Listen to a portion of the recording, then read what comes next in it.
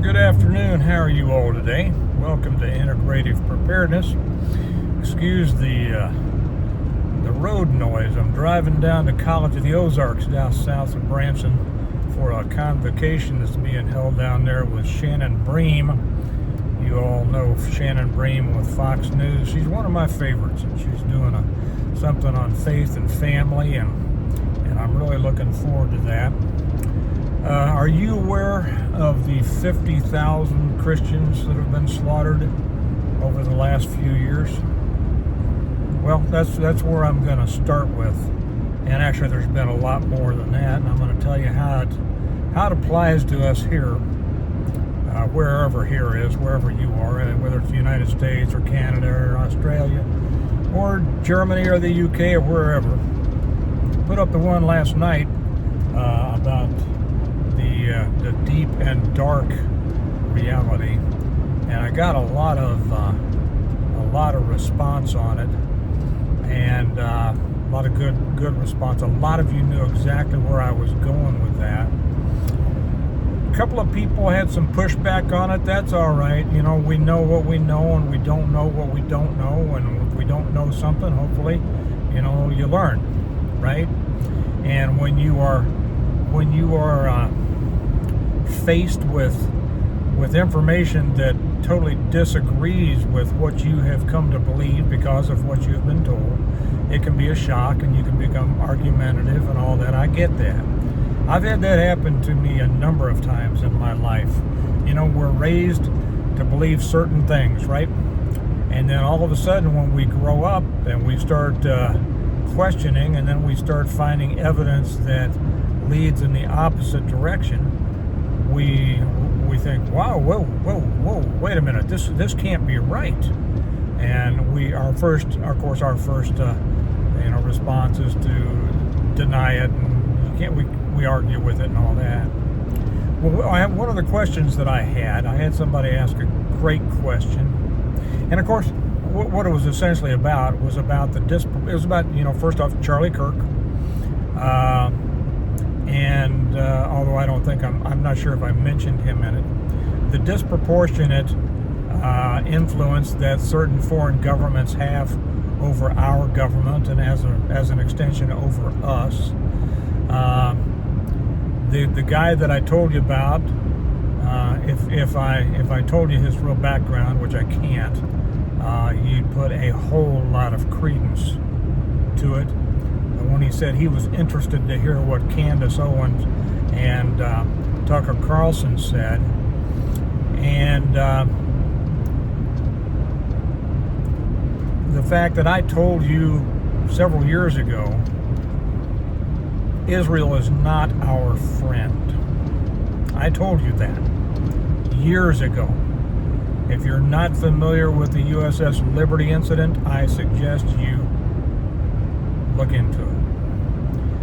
Israel has never been our friend. It might be an ally. It might be a strategic ally, but it is not our friend. That was a ladder falling back there. I'm driving one of the work vehicles, so that kind of startled me. All of a sudden, I thought my truck was falling apart. So this question said, there have been thousands of Christians slaughtered in Nigeria. Why do you think nobody's talking about that? Is it because no Jews were involved? Now, I'm not sure, and I'm not going to try to read the mind of the person who left. I know the person who left it. A very, very fine person, very nice person. But I'm going to answer it in a different way than they might think. Okay?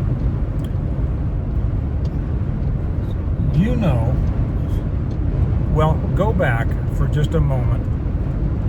For those of you who have studied your Bible, this won't be any surprise to you.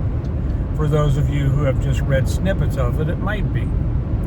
And it's the classic, a little knowledge is a dangerous thing. Do you remember, did you watch Tucker Carlson's, and I know somebody said that, how they call him Qatarlson, because they say that he is financed by Qatar, which, these people who call it Qatar, I don't get that. Qatar. Well, he's not financed by Qatar. There's nothing in there. Qatar finances a whole lot of things, but not nearly as much as AIPAC does here in the United States. Are you familiar with what AIPAC does? And that is the American Israel Political Action Committee. Every year they take all the new congressmen over on a trip to Israel, and they give them a lavish trip. And of course they spy on them when they're over there, and they search all their luggage and their clothes, and they essentially, I get it, it's good tactics, right? Their point is to get all of the American Congress to vote for Israel's issues, and they've been very successful at it. Now, right now, I know that I am getting some people bristling.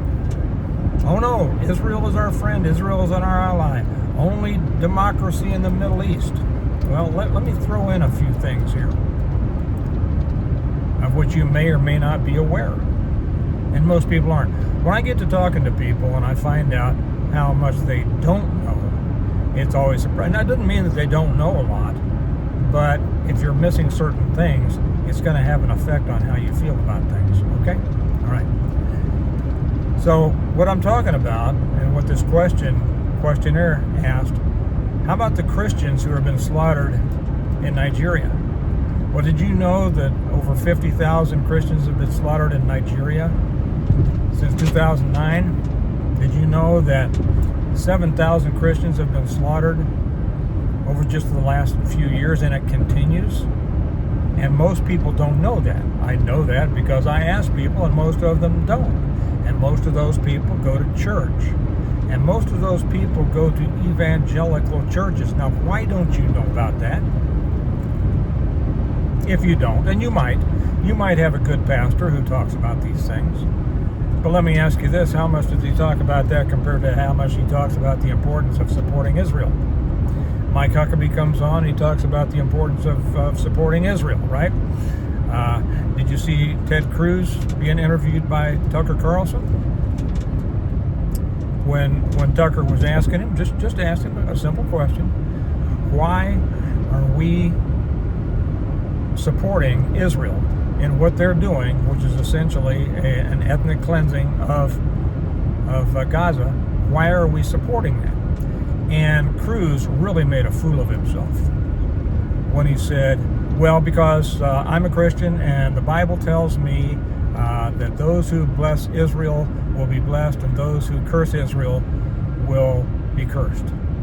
And Tucker very properly said, the Bible says that? Where does it say that? Now, if you go to a typical evangelical church, you've heard that. You've heard that a lot. The last church that I quit, I heard it all the time. They were always taking people on trips to Israel. Always. And you know how that works, right? I mean, the pastor takes a whole bunch of people to the Holy Land, and he gets his trip for free, right? And Cruz didn't know. And Carlson says, well, it's in Genesis. But it does, and I don't think he said this, but it doesn't say that at all. And the verse that they referred to on this is actually Genesis 12:3.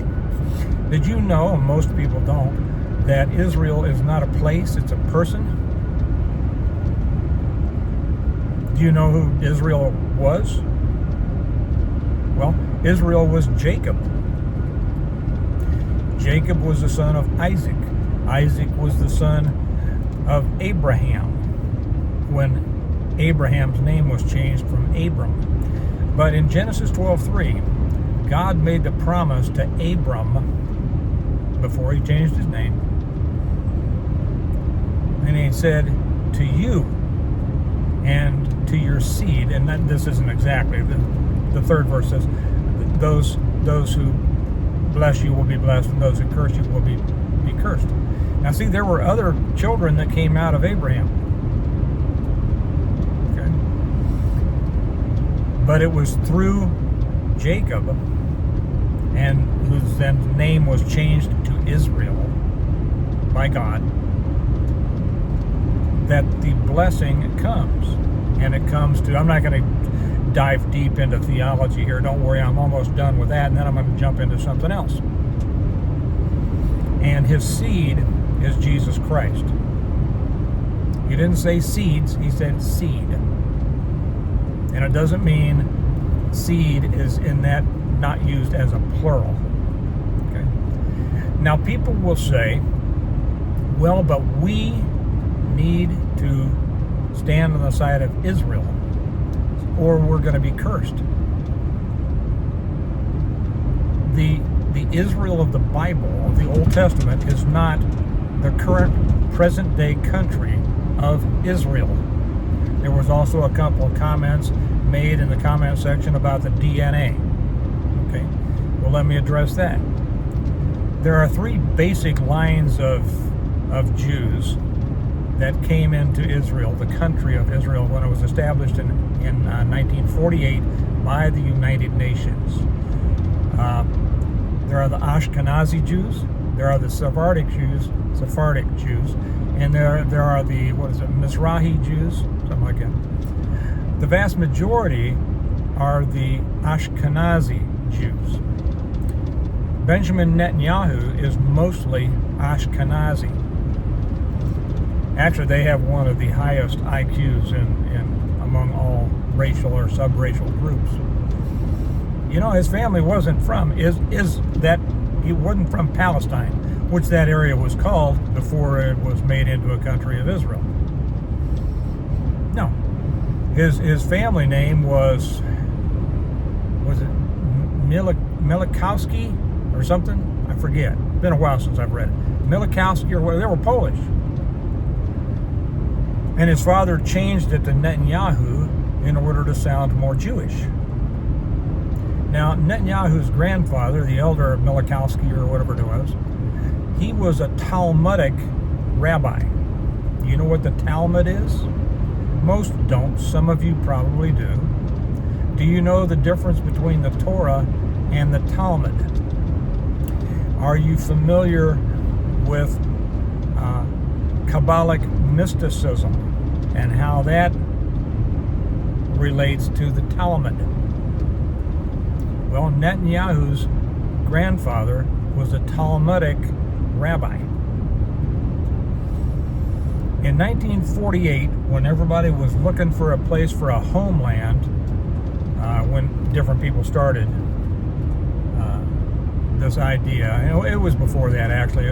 It was actually the idea of a Jewish homeland started way back in the late 1800s. But you know what we're familiar with is when the state of Israel was created in 1948 by the United Nations.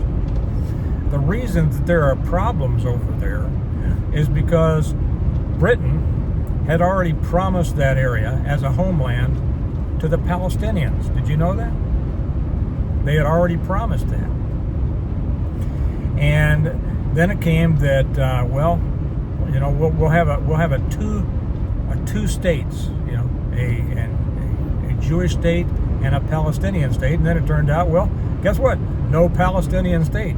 And the Palestinians were going, hey, what's going on? Where's our state? Before 1948, it was called Palestine, and it was called Mandatory Palestine because it was operated under mandates under the British government. And then in order to get the Jewish support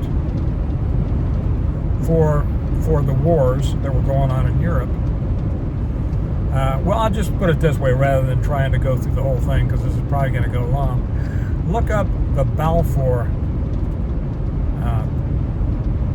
what's it called? Proclamation. The Balfour Proclamation, B-A-L-F-O-U-R. It was an understanding between the British government and Lord Rothschild. And I forget which Rothschild it was at the time. It was the one that was the Lord. not the Lord like we, worship, but Lord Rothschild and the British royalty kind of thing. And so look that up and understand that. Now, we hear a lot about Israel, and we hear a lot about why we need to support Israel. And I have nothing against supporting Israel. As a matter of fact, there's something in the Balfour Declaration. Did I say proclamation? I got a mind buzz. There's something very interesting in that, and that it assured that it would do nothing to minimize the rights of the existing occupants of Palestine. Okay? Those of you whose this information is new to, have your homework cut out for you, don't you? Are you learning things that you didn't know? Many of you knew this. Many of you know this. To some, it's a surprise. And to some to whom it's a surprise, I'm sure that there are some that are saying, I don't believe that at all. I don't believe that at all. Well, you can believe it or not believe it, but it's true. What I'm telling you is true. In the situation of the U.S. and Israel relationship, it has too often been a case of wag the dog, the tail wagging the dog. We support Israel. They couldn't survive without us. We give them billions of dollars every year to support them and protect them, and they in return spy on us. How about that? You see, this has nothing to do with religion here. This has to do with the realities of international intrigue. And when people like Candace Owens and Tucker Carlson start questioning it, then people say that they're crazy and they've gone off the rails. That's one of the considerations of the Charlie Kirk assassination. And if you hate me now for bringing this up, don't hate me. I'm an old investigator. I go where the evidence leads me. And he had been a proponent, a staunch supporter of Israel for many years. And then he started having questions about what they were doing in Gaza and other things. Many of his biggest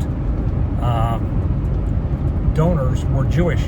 And when he started questioning them, and I've said this before on a couple, they started getting pissed and they started pulling back their donations. And then he was summoned to a group a meeting up in the Hamptons, where he was taken to task by some of those donors, and he left and he said he actually feared for his life. And then he got a call from Benjamin Netanyahu. Remember Netanyahu, Milikowski, who read that so-called letter from talking about his good friend Charlie Kirk that sent me this letter? I meant to read that letter. I have a copy of that letter. I meant to read that letter on here, and I forgot. It's been a busy week, with the gathering and everything. Maybe I will. I don't believe that letter came from Charlie Kirk at all. I think it was a made-up letter. Although some of it, I believe.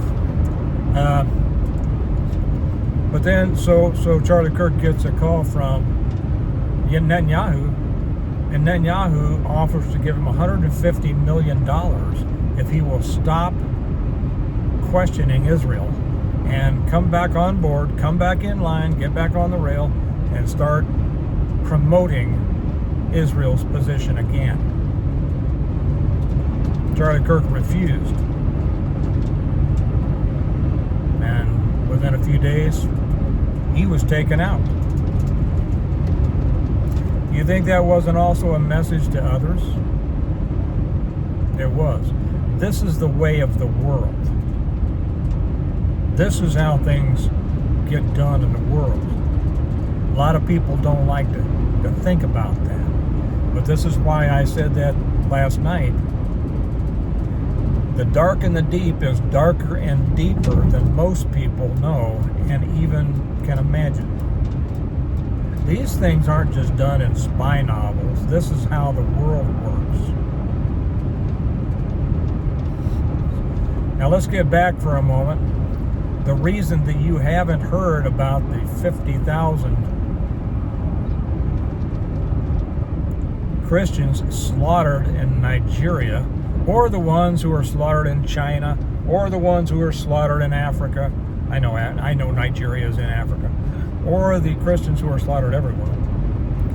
Or the slaughter of Christianity within the United States itself and Great Britain as a result of the social collapse and those who have been trying their best to destroy the nuclear family and Christian ethics. Christianity is under attack. But the reason that you haven't heard much about that is because evangelical pastors, and do you know the difference between evangelical and non-evangelical? Yeah, well, I won't get into that right now. Evangelicalism is a fairly, recent development in mainline Christianity. But very few very few evangelical pastors try to get trips to take their congregation to Nigeria. Right? Nuh-uh. Let's go to the Holy Land. Let's go to Israel. That's why you haven't heard much about the 50,000 Christians slaughtered in Nigeria. It's not because Jews, it is because Jews weren't involved, but not for the reason that you might think. It's not because it's not Jews being killed, or because it's not Jews doing the killing. It's because that's just not that interesting to a whole bunch of evangelicals who have been taught that they need to stand with Israel so that they will be blessed. There is so much out there, so much. I know a lot of people, they read the Bible. Well, they read some of the Bible. And they latch on, and you should read the whole thing. Without the whole thing, you don't understand it. And too many people either, they rely on going to church once a week and listening to a pastor tell them what the pastor wants to tell them, and then they think they know. Or they read bits and pieces here and there. And they kind of read those and they search out those pieces that will support what they've already decided to believe in. You know who Jesus brought the hammer down on, right? Yeah. He brought it down on the hypocrites. He brought it down on the Jewish leadership who was trying to keep the truth, him, from the people. Read the Bible. If you want to know more, or if you doubt what I'm saying here, and remember, like I say, a state of Israel is not mentioned in the Bible anywhere. Israel was a person. And then you have the 12 tribes of Israel, which was Jacob's 12 sons. Okay? Israel's 12 sons. And then it's interesting to follow how it happened to each of them. So start with Genesis 12:3, and you'll know more than Ted Cruz did, trying to defend this ridiculous idea of who blesses Israel will be blessed and who curses Israel will be cursed. Nope, that was to Abram. And then Abram did some really weird things after that. If you all are I'm going to talk about some of those. I will also then go over and then read the book of Galatians. If you want to know who the Jews are today, go read Galatians. Okay? Now, I won't allow any arguing on here. I know that some people are going to be upset because what I've just said doesn't match up with what they have always been told and what they have decided to believe. No arguing on here. This is my channel. If you want to propose a different viewpoint, do it on your channel. Okay? If you want more information about this, I'll probably do a whole sermon on it on the church channel, Stonemont Church, in the next few weeks. But until then, rather than arguing, I would suggest you spend that time researching, looking into what I've said. Don't be fooled by people who are trying to appeal to your emotions, especially those who are trying to appeal to your emotions through a religious lens. Religious people, not truly religious people, not true believers, but people hiding under the veil of religion have been fooling people and conning people for centuries. That's who Jesus reserved the harshest criticism for, wasn't it? Okay. A little bit of truth. And then keep going, keep learning and keep learning. Keep learning and keep asking yourself, who is the real enemy? And ask yourself, might ask your pastor next time you go to church, Pastor, how come you don't talk about those 50,000 Christians who have been slaughtered in Nigeria? How come you don't talk about the thousands of Christians who have been slaughtered in Sudan? How come you don't talk about the millions of Christians who have been slaughtered in the Congo?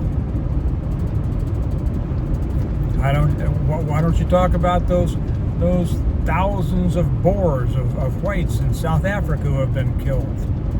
Why don't you talk about those, Pastor?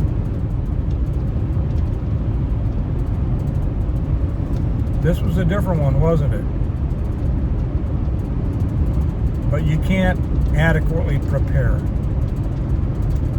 if you don't know truth. Look for the truth. Don't get upset if something that somebody says is new to you. Remember what Jesus said. I am the way, the truth, and the life. He is the way and the truth and the life.